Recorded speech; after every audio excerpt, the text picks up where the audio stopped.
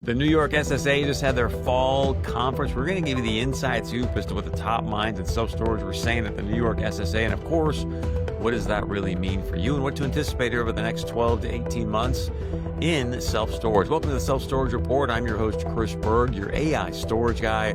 Oh, by the way, I'm doing some amazing things with AI and how it's helping me with storage right now. So if you want to find out more, maybe we'll chat about that today on the show. And also doing land acquisition for Abernathy Holdings here in the great state of California, which is opposite of the great state of New York. Brad Thad, our co-host here, Thaddeus Campbell with S3 Partners, was at the New York SSA. He's got some clips. He's got the inside scoop. And what I want to know from you, Thad, first off, welcome. It's great to have you as always. For the people watching today, the most important thing they should know from the New York SSA, see how I'm rhyming, bro? Do you like that? Is what? I want to know how long you practiced to do this. Practice Did what? you script that rhyme out and practice it? No, man. Hey, I'm like Eminem. I'm like Eminem of the self-storage report, bro. Like, just let me freestyle, bro. I'm gonna remind you, you're from Fargo, North Dakota, my friend. We have to keep you in your place. Dude, there's an 8 Mile in Fargo. Come on, man. Is there an 8 Mile road in Fargo? I haven't seen it. Oh, that's fantastic. I grew up 17 miles from a stoplight, so I'm not breaking out into rhymes anytime soon either, my friend. I had an amazing time at the New York SSA show. Actually brought me back like 25 years when I was a roving TV reporter. Kind of fun to talk to a bunch of people up there. Reminded me of how important it is that we really get involved at a state level, a national level. Of course, we'll talk about that later. National elections going on for the SSA. But amazing information on a local state SSA show that I took a lot of great stuff out of. So excited to dive into that.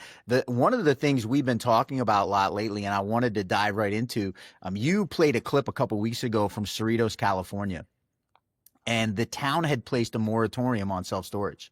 And I thought this was fantastic. They had a land use attorney come up in New York.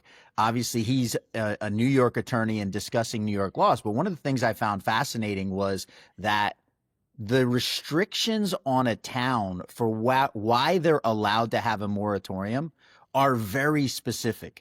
There has to be a clear emergency in the town for them to place a moratorium on a specific type of an asset. And not only do they have to have a clear emergency, they have to have a timeline to fix that emergency such that it's not allowed to be an ongoing moratorium where a developer can't work. Wait. So you're telling me all these moratoriums that I'm seeing throughout the state of California potentially could be illegal moratoriums? And so what determines if it's an emergency or not?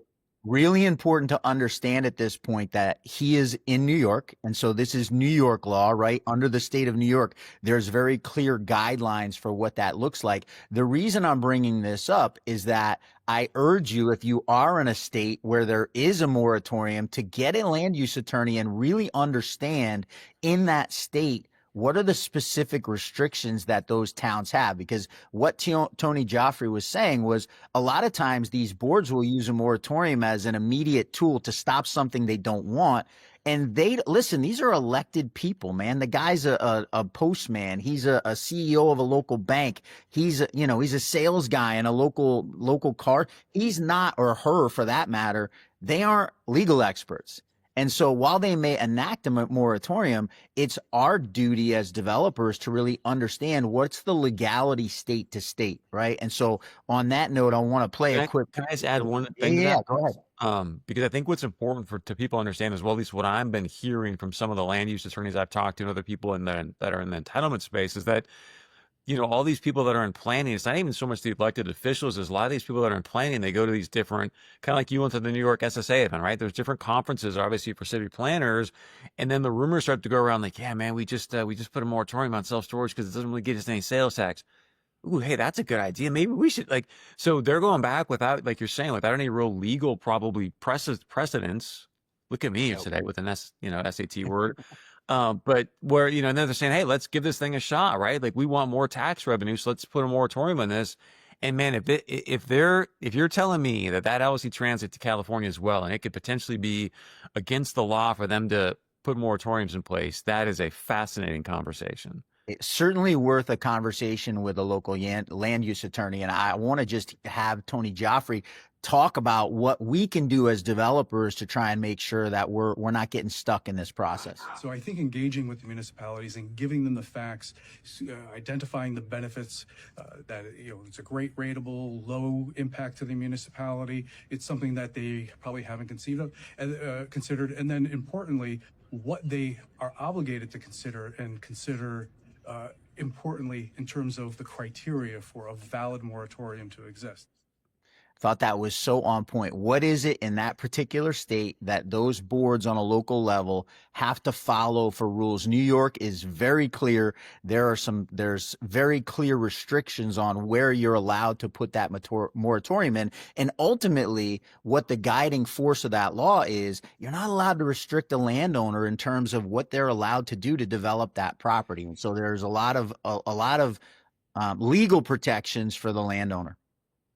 Maybe I've got PTSD to bring this up, and I'm going to do it anyways, is the fact that like the lens I'm hearing you through is just how many rights we acquiesced during COVID. They're just sort of like, well, if they say that's what we need to do, then that's what we need to do, right? And what I'm hearing you say now is like, just because they say it doesn't mean it's actually the right thing to be doing. And so I think it's important for us to push back. I think one thing too is you want to find that balance, because you start pushing back too much and they're like, oh, these storage guys, right? So, but just thank you for that. That was fantastic.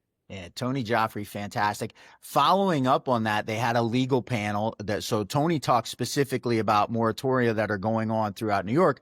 They had a legal panel updating some of what's happening on a state level in the state of New York. The state SSA is advancing a bill that they want to be passed, updating lien laws so that we're able to now do auctions online. The way the state of New York law is written, you're not able to foreclose on a unit, right? If somebody's not paying you, you're not allowed to auction that online at the moment. So they're trying to update the lien laws. That's the positive. You and I touched on, my friend Stan Bonilla back in May, I talked to, brought up, I think it's called INT 295 that went through the New York City Council. That bill keeps coming up every year where they're trying to put a 2% restriction on rate increases year over year. It looks very much like that's not going to go anywhere. It doesn't have any legs. The advocates for the New York SSA are in touch with the city council and the leaders there. So not a lot of progress on that bill, and we don't think it's going to be a problem, but goes to the point of being involved in your state SSA, because if the state SSA isn't paying attention to these things and they don't have their attorneys going and speaking on their behalf to stop them in their tracks, it only takes one of those in a state. And by the way, so far, 5 of them around the country that have been passed, including SB 0709 out in California, which is just waiting for Gavin Newsom's signature. Not a rate cap, thankfully, the way 709 was ultimately adopted by the California legislature, but does put significant disclosure things that self-storage facilities now have to follow. So overall side of it, I want to just make sure that get involved. And I want to listen to James Coakley, who's a member of the New York SSA board, treasurer, self-storage CEO as well. So want to hear James Coakley speak on this. Let me do this. You're moving towards a government-controlled private industry, which nobody wants that. And you see it in New York City with apartment rents and other things. And look, it's proven that it doesn't work, right? I mean, there's so many empty apartments that can't be repaired because of the rent controls, and landlords just can't afford, the CapEx to get them back into circulation. Wait, is that like, I didn't know there's a bunch of empty apartments in New York just because guys won't put the CapEx in. There are apartment buildings in New York City that you cannot afford to renovate and get out to the public because the rent control prices on those units do not allow the owner of that building to raise the rent enough to cover the cost of CapEx. And meanwhile, in the Hudson Valley alone, there's a 25,000 home shortage for what they need for residents right now, right? So, and I'm not even talking about New York City, just up the river in the Hudson Valley. So just things that we want to pay attention to in storage as far as being involved and making sure that we're avoiding some of these issues down the road. And not to get too far down the path here, but I mean, also, is there potentially going to be this mass exodus out of, the financial capital of the world if the mayoral race goes where we think it's going to go? It's a fascinating time in New York.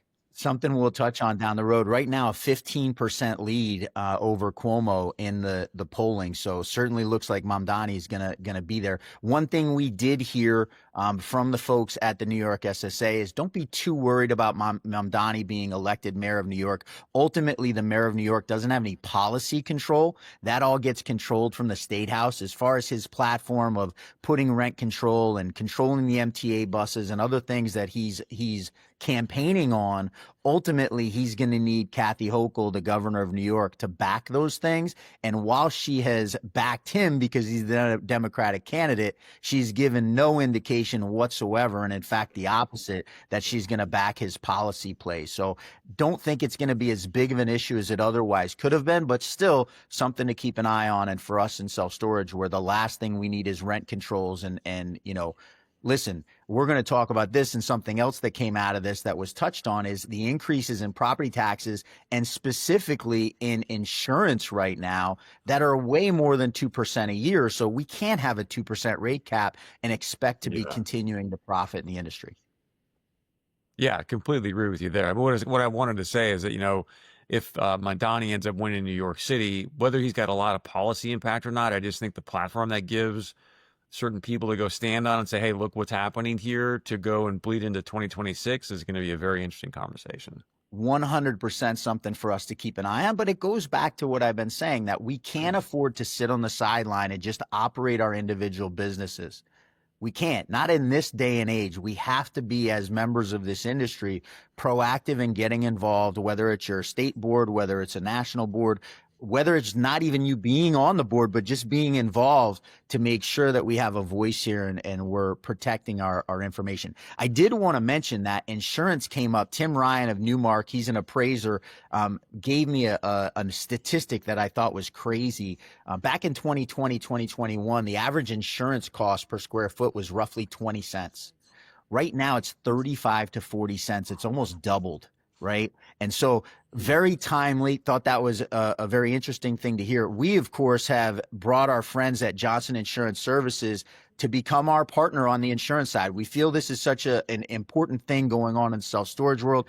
Most of you guys in the industry know Terry Campbell. Terry's been in the industry from the beginning. The guy's been around since the 1990s. Started out, crazy enough, Chris, as a CAD guy for Betco out of North Carolina in the early 1990s, ended up building Live Oak's platform, was the CEO of Copper Storage for a while, their copper storage management platform, has really done everything in the self-storage industry. So really excited to welcome Johnson Insurance Services and Terry Campbell. He's going to be coming on as a guest on the show, Chris, and couldn't be more timely. New York, of course, has gone up by almost double.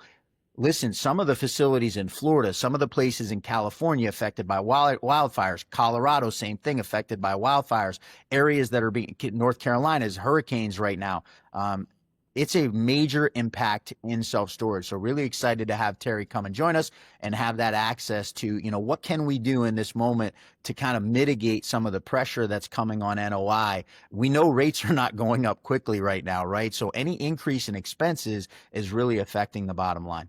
Yeah, very well said. I mean, there's actually people out there I know that more in the multifamily asset class, but they're actually preparing their investment thesis around more the Midwest because there's not all the coastal issues around insurance and whatnot. Something that we're watching very closely here is we're getting ready to break ground on some sites in California, and we just are presuming, hey, rates are going to continue to go up. We got to write that into our plan and see where that puts us at the end of the day with our investors.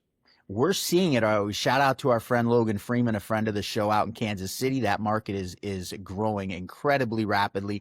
Indianapolis starting to see some great growth. Richmond, Virginia, just far enough in from the shore. They've got a huge Amazon presence coming into the town. So some of these areas that are not your typical primary market are seeing a ton of growth because of this pressure that we're seeing from some natural events that are causing people to rethink where they're going to locate. I want to play off of what we talked about with Terry Johnson. I mentioned that he started the Live Oak lending program. Really cool to hear Bishesh Shrestha, the vice president of lending for self-storage at Live Oak, had their best year ever in 2024, which was a little interesting. And I want you guys to hear from his mouth why that was. A little concerning why it was, honestly, even though good for the folks at Live Oak The Bank? reason we had such a great year was because a lot of banks kind of took a step back. A lot of lending relationships said, guys, I know you're sophisticated developers, sophisticated operators, but I think we're going to take a step back from storage for now. So, Chris, interested to get your thoughts. Live Oak was able to step into a bunch of these situations where developers are looking for. And by the way, the vast majority of Live Oak's work is in ground up construction in 2024. 2025, they're seeing a pivot, Bishesh told us, into more acquisitions of existing facilities. Still, the bulk of their projects are ground up, but much more on the acquisition side, because as we know, the number of ground up development projects has shrunk considerably. But interested to get your take on that overall pullback from self-storage from traditional banking. Well, I think what's interesting is I actually was at a capital markets conversation yesterday in Beverly Hills, and the conversation was almost the opposite, because FHA, and a lot of the government money that goes into real estate. Now, as we all know, money's fungible, right? So you look at some of these institutional places, they're not really doing office right now. There's some other asset classes out there they don't necessarily love. So they're looking for other alts. And what the conversation was yesterday is, because of the FHA situation, they're actually putting more capital into the multifamily space, which is pushing out some other capital in other places, just because you can get such great rates. If you've been around for a while, if you've got good connections at FHA, you can prove that, hey, I can turn this around and be a good investment. So now you've got this capital looking for other places, and some of those are going to be banks as well. Now, does that necessarily mean storage? That wasn't really spoken about specifically, but again, money's fungible. It's going to look for the best returns. And that's really where the big conversation was yesterday, is as this capital starts to continue to move into the marketplace, and we see it in the stock market, and everyone's like, how can the stock market continue to just go up and up and up? There's just so much liquidity in the system. And so my point being is that as these guys are chasing returns, and you and I have talked about this, if things go in a bad direction, and according to employment numbers that we might be going in that direction, self-storage typically a pretty safe asset class. I think you're going to see more and more, and we said last week, more and more of these funds are saying, hey, we got to have 4 or 5% of this in self-storage, which is going to, I think, produce a really interesting conversation down the road, as you've got all this capital chasing a fixed amount of assets. Love that take. And I think one of the things that's happened since last year, and credit to Bishesh and his team at Live Oak for taking advantage of it, is we had that period of 6-8 months in 2024 where there was a lot of uncertainty in the general market. And so it took an effect on those that maybe weren't as closely associated with storage. Obviously, as we're moving towards the end of 2025, we're not seeing that level of uncertainty as far as where rates are going to be. And so you're seeing people stay. On that note of rates, one of the things I heard from the banking panel that was up there, we're not going to see the distressed assets you and I thought we might see. And one of the fascinating things I heard from a gentleman from Key Bank, who was fantastic, Bob Williams from Key Bank, mentioned that in 2020 and 2021, even early 2022, as we were seeing these massive refis at 3.5% rates, they were actually getting 10-year terms. In some cases, even with life insurance money, getting 20-year terms on these loans. So that idea that we were going to see this catastrophe of you've got a 5-year balloon due and you've got to refi your 3.5 into a 6.5, is not coming to fruition. The really only pain that the banks are seeing is from guys who spent a bunch of money to buy a piece of land, get entitlements, and could not get out of the ground. The people who were able to get out of the ground, they've been able to sell at CO if necessary and get out of it unscathed without losing any money, maybe even making a little bit of profit. Bishesh told me after the fact when we were doing the interview, he's like, look, I got a little nervous in 2022, 2023, because the operating budgets that people had to cover their interest at a 5% construction loan, all of a sudden they were at an 8 or a 9% construction loan, and it blew through those capital reserves. But people were able to make it through. Extra Space came with their bridge lending program. Public did a bridge lending program. There were enough options there for people to make it through that we are not going to see the necessarily. I expected it to get ugly, and we certainly are not going to see that. No, it doesn't sound like it. So any other clips you have? Because I got one more question for you about the SSA. No more clips. That was I got 3 people. I ran the limit of my old school reporter talents. I think you crushed it. It was great to get those clips. What I want to know from you, being there, because you had a chance to hear all this information, like what was the most important thing that you think people should know that you took out of the conference? Something I loved, and credit to Dylan DeLown from Storage Post. I may be massacring his last name. I don't know Dylan personally, but made an incredible point. AI is coming, technology is coming, but technology for the sake of cutting expenses or increasing margins is not working. The technology that's really working is the technology that's aimed at helping the customer experience. That I thought was an incredibly insightful comment that Dylan made, and really crazy the level of things that are happening technology. A lot of the places now are running call centers. If they don't run their own call center, they have, there's national level call centers that they can third party out to.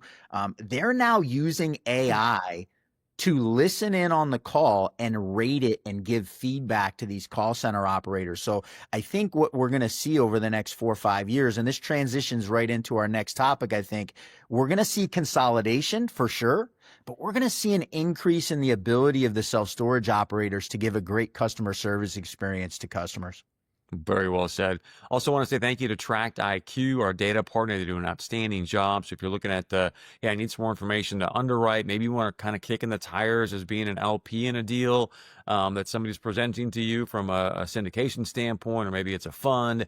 Tract IQ can give you some really great data on, hey, the supply that can be coming in, the housing developments that are coming in, obviously rental rates and pricing, basic demographic info. They've got a great executive summary they can put together on a site for you as well. One of the things I've been doing recently is taking that executive summary, because it's really, really robust, putting it up into ChatGTP and then asking it, hey, give me a feasibility study. How would you underwrite this site? Asking it questions. So Tract IQ can help you do that in a very simple way. And you can find out more by just going to tractiq.com. Again, that's tractiq.com. You mentioned a moment ago, and again, the Nostradamus report is what we could probably call this show at times as well, because a while back you said, hey, Chris, what I see taking place in this industry is more and more consolidation. We found out late last week, SmartStop acquiring Argus Self-Storage Management, $21 million deal. What's your take? Yeah, a collaboration that they've decided to go on. Ben Vestal, who's very close to my boss, Barry Sherman at S3 Partners, he and Ben have known each other for years. They've been on the board of the Colorado SSA for nearly 20 years together. Ben started Argus 20 years ago, is involved in management. Also, they have an advisory platform. They're brokers as well in the space, real estate brokers selling self-storage facilities. They've decided to team up with SmartStop. We talk a lot about H. Michael Schwartz and some of the really intelligent things he's been doing over the last year, as SmartStop has become one of the 5 publicly traded REITs in the United States. And they've decided to cross paths. As SmartStop has this very aggressive growth policy, they're going to lean on that management background that Argus has to help them fuel their growth. And it takes me back to a year ago when Snapbox and Madison Capital Ghost Store decided to combine. Matt Lang was on the board, was on the panel at New York SSA and mentioned that and just said, hey, and I thought this was fabulous and goes to the point of why SmartStop and Argus would decide to team up and combine forces. Matt said, hey, 10 years ago, 20 stores was scale so that you could compete. Then it was 50 stores. Now it's 150 stores. If you're going to compete with the data that Public Storage has, that Extra Space has, that CubeSmart has, you have to have an economy of scale of stores to be able to create the operational efficiencies. We talked about insurance, right? Well, if you've got 150 stores that you can bundle in an insurance package, you're going to get a way better rate than if you've got 3 or 4. And so I think we're going to continue to see. Congrats to Ben Vestal and H. Michael Schwartz, 2 great guys in the industry. I think that's going to be a very powerful collaboration there. And honestly, was trying to get Ben. Ben's been very busy with everything going on. He's going to come and talk to us here at some point. I'm going to get an interview with him and really pick his brain about exactly why that was the right team up and what they're trying to do. Hopefully have that for next week. If not, certainly in the next couple of weeks. And if anybody out there who's got a connection to H. Michael Schwartz at SmartStop, I think he's fantastic. Well, I've had a chance to visit with him a couple of times, but let us know, connect us with him, because we'd love to bring him on the show as well. So we all know one of the big drivers for self-storage demand is just people moving from home to home, apartment to apartment. But we've seen such a dry up in the demand because a majority of the people right now are in these super low mortgage rates. I mean, really, really low rates. There's no real incentive for them to move, especially if you're a baby boomer. It's like, what's the point? Well, there's a new company out there called Rome that is now saying, hey, you know what? I'm going to make not just some loans assumable, but all loans assumable. There are some loans right now that are assumable. So let's say, you've got this 3% rate that, and I'm coming in and trying to, hey man, I don't want to pay the 6.5 or 7, but we can work something out. Well, what's really interesting with this Rome company is that now he's saying, hey, Thad, he wants to give you a chance to build some passive income where I come in and I'm not going to get the 3% that you've got, but you're like, hey man, I'll give it to you maybe for 4. You get a piece of the action every month. It's a really unique model. The reason I want to bring it up today is because exactly what he's trying to do is get more people moving and feel good about some of the rates they can get, give it more of an open, decentralized market to get people out there and buying real estate some more. But he was on the podcast with Anthony Pompliano and has a really interesting clip. One, some of the things that Thad and I have been talking about when it comes to the state of mind of some of the people in the younger demographics, which we're going to talk more in a minute. But also, I want you to listen at the end here. He mentions like, hey, this is a really important piece because it was what it does for the economy and also to get people moving. I think everyone in this country is excited about home ownership and home affordability. I think one of the things we've spoken about is if you look at one of the key reasons why somebody like Zoran won, or why socialism is on the rise with folks in Gen Z, it's largely because people feel like they don't have a stake in the capitalist system anymore. And the largest way many of us accrued a stake in the capitalist system was through ownership of real assets like real estate. And if you can't give anyone a chance to afford a home, of course, they're going to say, why don't we turn over the table and try something else? Because what's in it for me here? And so our view is that there is a lot of good politics in being able to make all of the loans assumable. It will not have, much of an impact on the mortgage market because it would be limited to only the 20 and 21 loans. And additionally, the benefit to consumers would be substantial. Homeowners would come on and list their homes in the market because they could collect a premium or they could collect passive income, as we're now demonstrating. Home buyers could save a substantial amount on a monthly payment basis. Realtors would obviously be put back to work. But the most exogenous and most important effect that I think people don't think about here is actually that it would put about $100 billion of additional spending into the economy and about 1.5 to 2 million jobs. When people move, they hire movers, they pay for furniture, they check out new coffee shops, they go out to new restaurants in their new neighborhood. So we'll see if that bears out to be true, but your reaction? He left out one very important thing people do when they move. Storage. Certainly critical to our industry, Chris. So, and I thought the comment about Zohan Mamdani and what's going on in New York was spot on. We as Gen X, I think we owe it. And I know you're doing this through your Kingdom Warrior podcast. Love what you're doing there. We have to educate young people that while you may feel like you're shut out of the capital system, that is not the reality. That's the message you're getting sent on Instagram, and it's the message you're getting sent on TikTok. But it's not the reality of what's really going on in our country. Yes, in the housing market, it's become very hard, but that's not the only avenue to go out and take advantage of the capitalist system in the United States. So I think that, I wanted to just mention that. I see what you're doing with the Kingdom Warrior podcast, and it's been really, actually, you made a post earlier this week, and I want to put it up. This is a post that Chris made. He's really doing this podcast to talk to 20 and 30-year-old men that maybe feel like they don't know what's going on. They don't know how to get ahead. And Chris, this was so on point. This idea of like, hey, what happens if you buy a coffee at Starbucks every day? Or what happens if you buy stock in Starbucks every day? I just wanted to give you kudos for putting this up and what you're doing out there. By the way, someone's on the right track when they start getting haters commenting on their post. You had people coming at you like this is hogwash. And I'm like, look, anytime you're trying to educate younger people into the reality of we're messaged every day, buy stuff.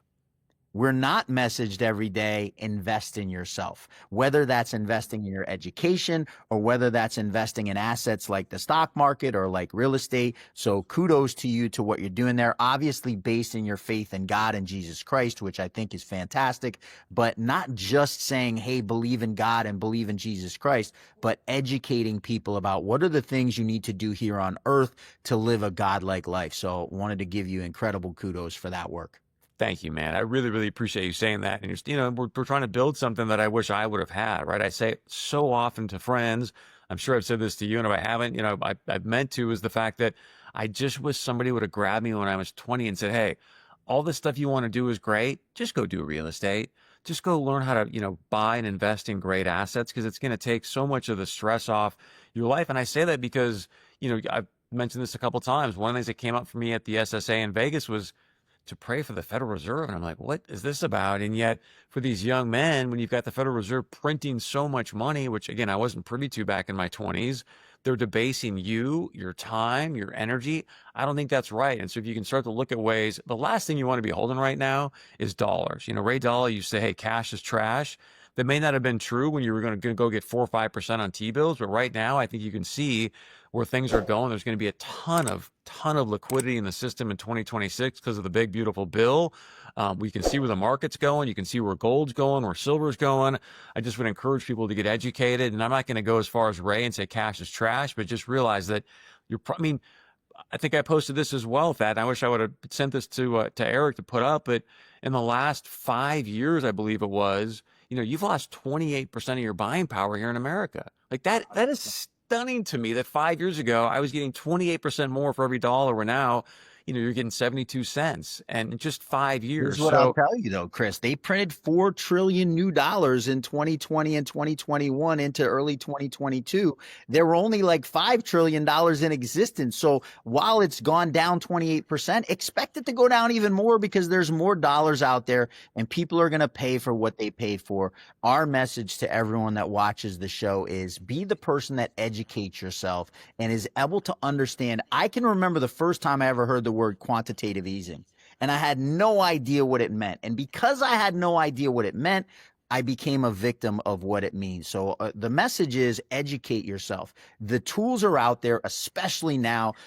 Intelligence has been democratized with the internet. You have the ability to go on TikTok and go on Instagram and watch mindless things, or you can go on YouTube and research and educate yourself on things that are actually going to help you succeed in the realities of the world we live in.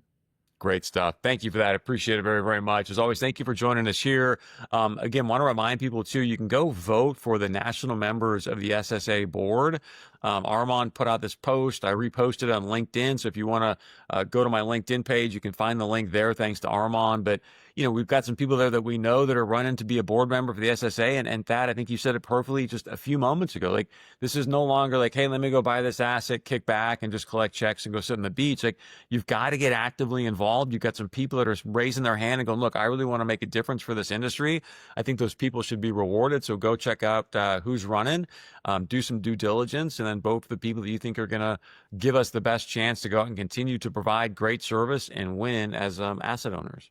By the way, huge shout out to Jessica Johnson. Please vote for her. There's other people there that I love too. Jessica was going to give us an update on the Florida SSA, which unfortunately I couldn't get to because I was in New York. She's so busy running around the country at different events. She didn't have time to get me that update. Cool. She's going to give us a video update on the Florida SSA for next week. So we're going to get to see Jessica Johnson's face, not just what she's saying about it.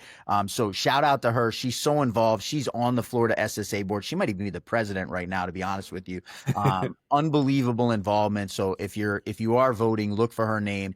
There's a bunch of other great people there too as well, Chris. And to the point that we said earlier, you know, get involved because your involvement is going to be important to avoid some of this legislative pressure that we're starting to see as a self-storage industry. Last thing I want to say, got a really cool LinkedIn message today from Andrew DeWick. I'm going to share this message that he sent to us. Thaddeus, really enjoy you and Chris Berg's LinkedIn posts. They're consistently informative and helpful for staying on top of what's happening in the self-storage industry.